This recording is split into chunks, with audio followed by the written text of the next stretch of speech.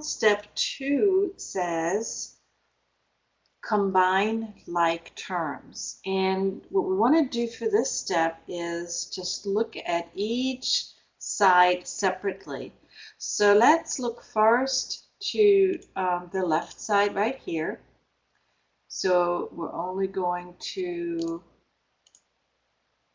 look at this side, right, this portion right here. And what are like terms?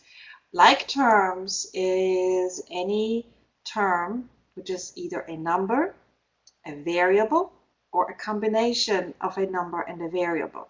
Okay, and they need to be the same. So it either has to be just a number. If we have two numbers without a variable, those would be like terms.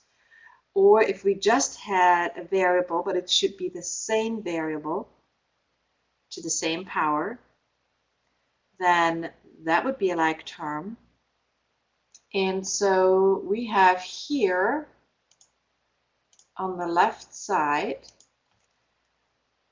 we have two like terms. We've got 2x and 6x.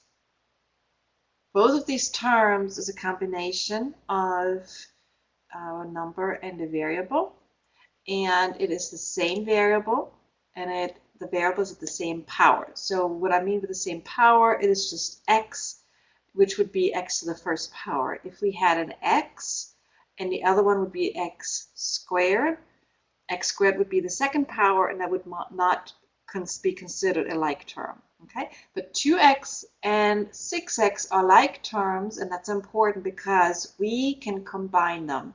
So what do? We say 2x plus 6x, which gives us 8x.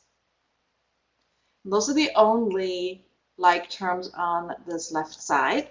So now we just add the plus 6, leave it as is. Okay, so we combined 2x and 6x. And now we're looking on the right side. We have 4x, and there's no other term that has an x. So this is just by itself, so we just write 4x. But now we have minus 12 plus 20. So those would be considered like terms because they are just a constant, okay? You want to take into account the sign. We have a minus 12 plus 20. If we have a negative 12 and we add a positive 20, we get a positive 8.